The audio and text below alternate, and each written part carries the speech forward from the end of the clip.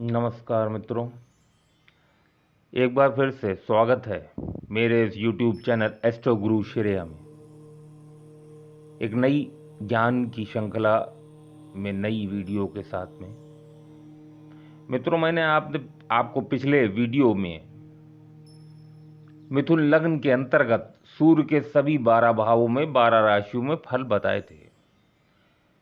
इस वीडियो में अब कर्क लग्नांतर सूर्य के सभी 12 भावों में 12 राशियों में फल बताऊंगा। मित्रों, अभी मैं सूर्य के लग्न अनुसार फल बता रहा हूं 12 भावों में। फिर मैं चंद्र, मंगल, बुध, गुरु, शुक्र, शनि, राहु, केतु सभी के फल बताऊंगा। इसी तरीके से ज्ञान की श्रृंखला आगे बढ़ती रहेगी। तो अभी इस वीडियो में कर्क के लग्न में जिन व्यक्तियों की कर्क लग्न होती है, 4 नंबर पहले भाव में होता है, कर्क लग्न होती है, उनका सूर्य 12 भावों में कैसे फल देगा वो मैं बताऊंगा। सबसे पहले कर्क लग्न में ही सूर्य यानी कर्क का सूर्य, जिस व्यक्ति का कर्क का सूर्य लग्न के पहले स्थान में हो तो वह मनुष्य बड़ा प्रतापी, धनवान, तेजस्वी और बहुत प्रभावशाली होता है। स्त्री पक्ष से और रोजगार पक्ष से भी उसके कुछ फायदे होते हैं, फायदे मिलते हैं उसे, परंतु कुछ नीरसता का भी योग होता है इन स्त्री और रोजगार के पक्ष में। साथ ही कुछ इन रोजगार और स्त्री संदर्भ में अड़चने भी महसूस होती हैं और अपने शरीर के बल से, देह के बल से धन की शक्ति पाने वाला, कुटुंब वाला व्यक्ति होता है। उसका मिजाज कुछ नरम गरम रहता है। वो महान मान पाने वाला होता है और बड़ी बड़ी कीमती योजनाएं बनाने वाला होता है और कीमती योजनाओं के साथ कार्य करने वाला होता है।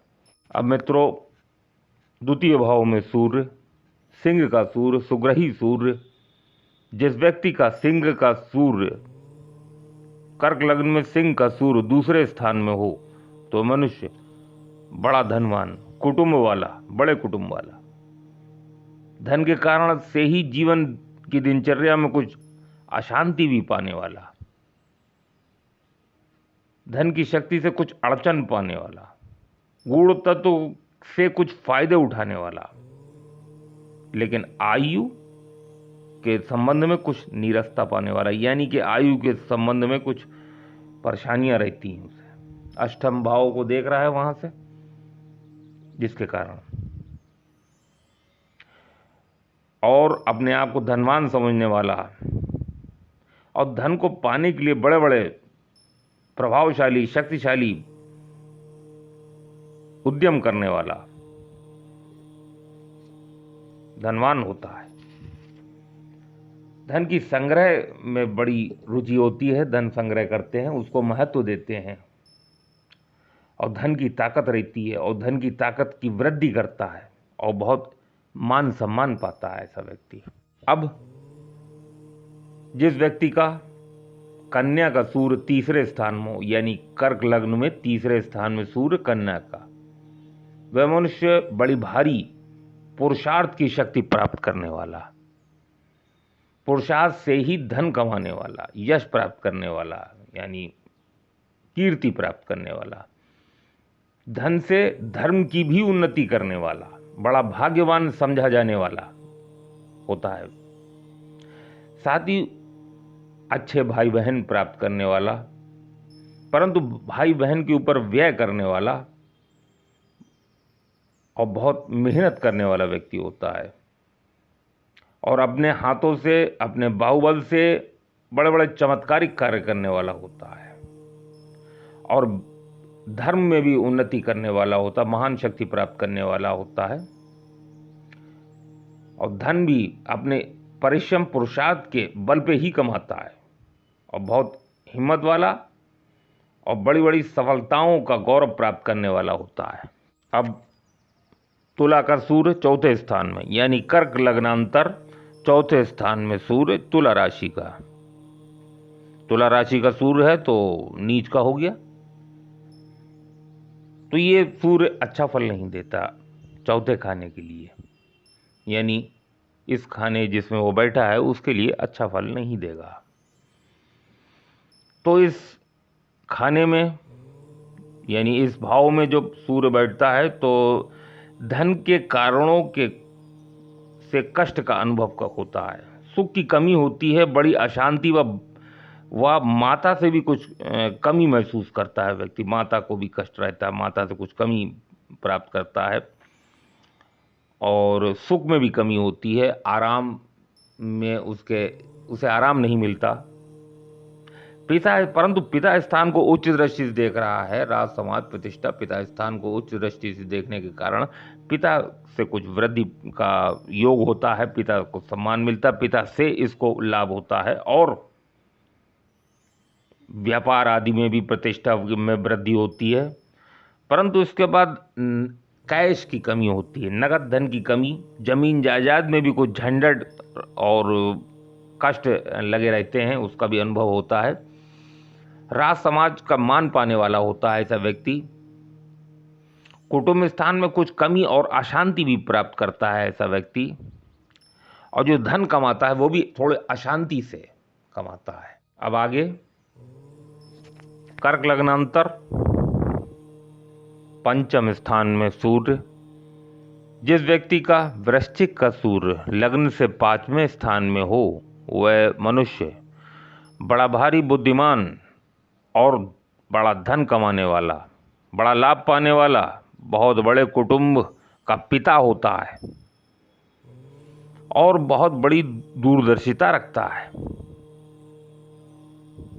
और बहुत प्रभावशाली बातें कहने वाला होता है, बातें बनाने वाला होता है, और इसकी बुद्धि बहुत तीव्र काम करती है, तीव्र मति से विचार करता है। ये संतान पक्ष में कुछ परेशानियों का अनुभव होता है इसको, अपनी बुद्धि के सामने दूसरों की बुद्धियों को कमजोर समझने वाला होता है। विद्या स्थान में महान प्रभाव पाने वाला होता है, यानी विद्या भी अच्छी होती है और अपने दिमाग से बहुत बड़ी बड़ी जटिल समस्याओं को सुलझाने वाला होता है, लेकिन क्रोधी स्वभाव का होता है ऐसा व्यक्ति। अब आगे, जिस व्यक्ति का धन का सूर्य लग्न के 6ठे स्थान में हो, यानी कर्क लग्न में 6ठे स्थान में धनु का सूर्य, तो वह मनुष्य महान प्रभावशाली व परिश्रमिक कर्म की शक्ति से धन कमाने वाला होता है। दिक्कतों की व शत्रुओं की कुछ परवाह नहीं करता वो व्यक्ति, बल्कि दिक्कतों और शत्रुओं पर विजय प्राप्त करता है ऐसा व्यक्ति, और इनसे अपनी दिक्कतों से, अपने शत्रुओं से कुछ फायदा उठाता है, लेकिन खर्चा अधिक करता है, व्यय अधिक होता है ऐसे व्यक्ति का। इसी कारण धन की कुछ कमी महसूस करने वाला होता है और धन प्राप्त करने में भी कुछ उसे परेशानियों का अनुभव होता है। ऐसा व्यक्ति अपने ननसाल यानी अपने ननिहाल में भी कुछ प्रभाव प्राप्त करने वाला होता है, अपने रोग और शत्रुओं पे काबू पाने वाला होता है, लेकिन अपने कुटुंब की सुख में कुछ कमी होती है उसे। धन की ताकत के प्रभाव से महान बुद्धि और महान सम्मान प्राप्त करने वाला होता है। तो मित्रों, अब कर्क लग्न में 7वें स्थान में सूर्य, और जिस व्यक्ति का मकर का सूर्य 7वें स्थान में हो तो मनुष्य धन से कुछ कठिनाइयों के द्वारा दैनिक रोजगार करने वाला, यानी कि धन की कुछ दिक्कत भी रहेगी, दैनिक रोजगार भी कुछ परेशानी में चलेगा और रोजगार की लाइन में कुछ दिक्कतें परेशानियां लगी रहेंगी और बहुत परेशानियों और दिक्कतों के साथ ही धन प्राप्त होगा।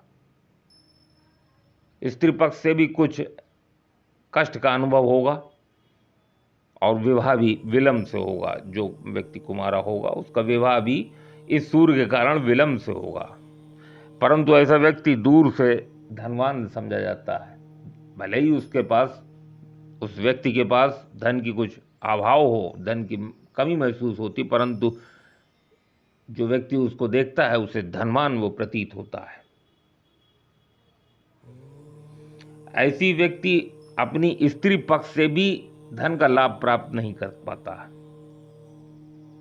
और रोजगार में भी कुछ नीरसता रहती है उसको, और अपने इंद्रिय भोग जो होते हैं वो भी, उसमें भी कुछ बंधन और नीरसता का योग हो इसमें देखा गया है।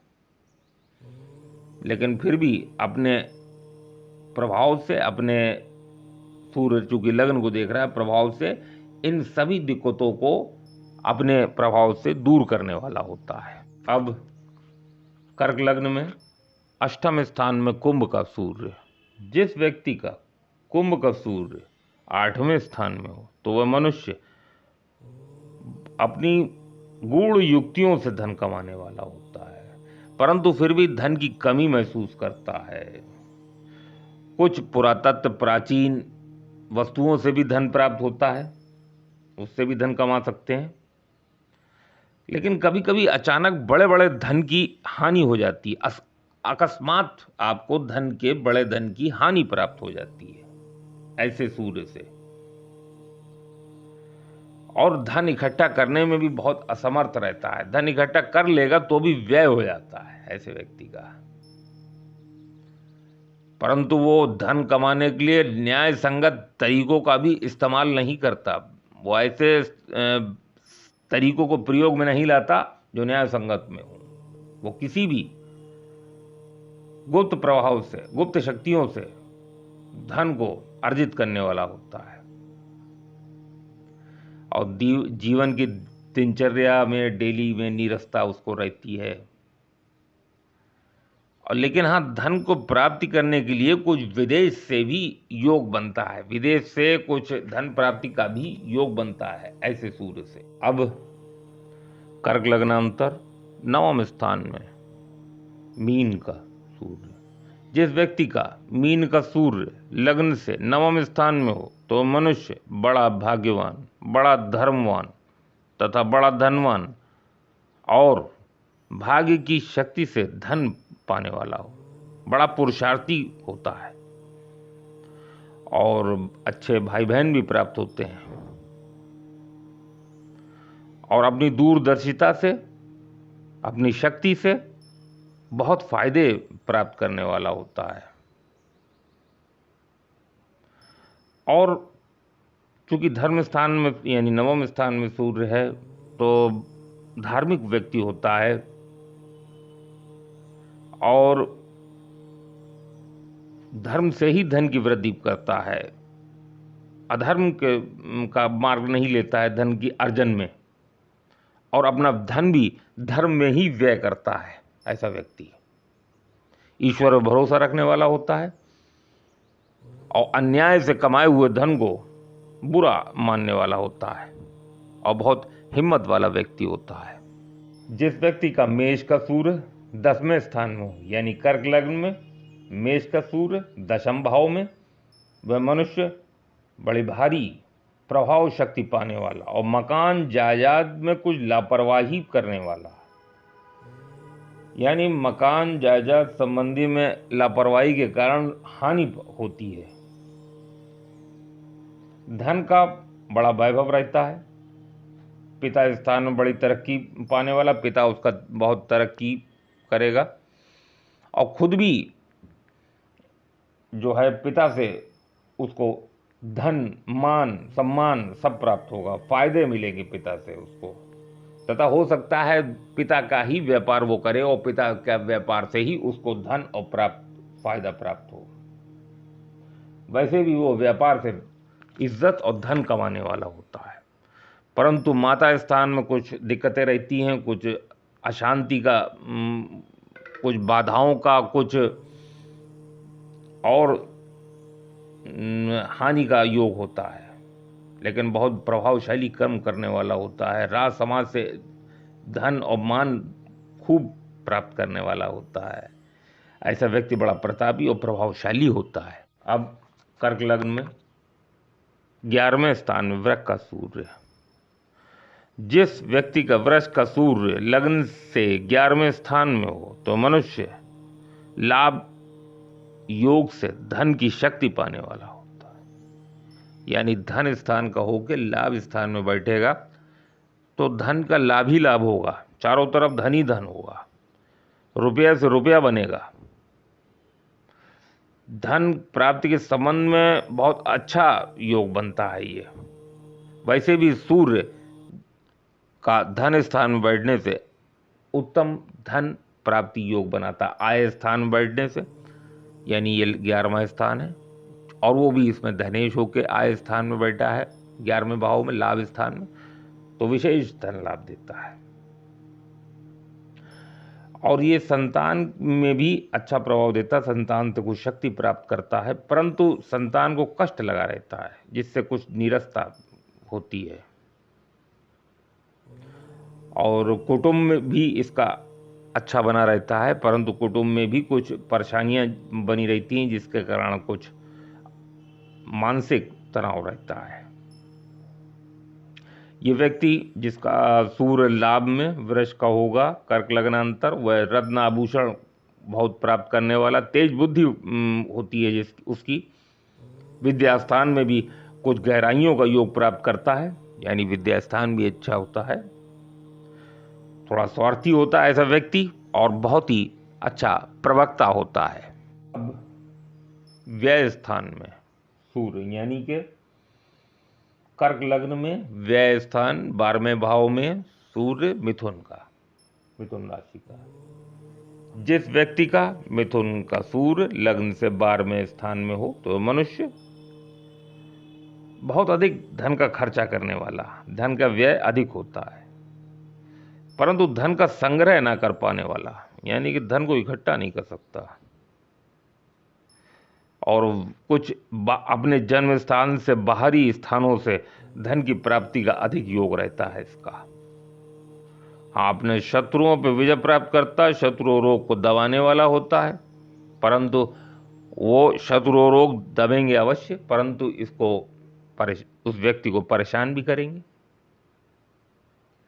और कुछ धन कुटुंब में दुख का योग अनुभव करता है, दुख के योग होता है।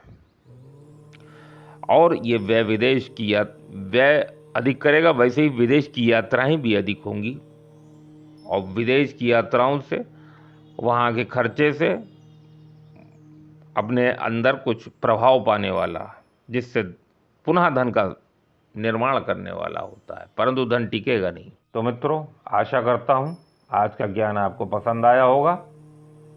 ये वीडियो आपको कैसा लगा हमें ये कमेंट सेक्शन में बताएं और इस वीडियो को लाइक करें, चैनल को सब्सक्राइब करें।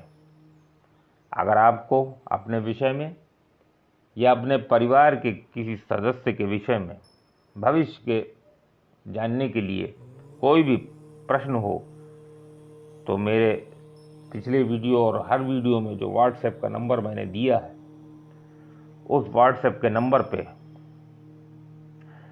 अपना जन्म समय का विवरण देके प्रश्न को पूछ सकते हैं, जिसका उत्तर मैं अपने अगले वीडियो में अवश्य कर दूंगा।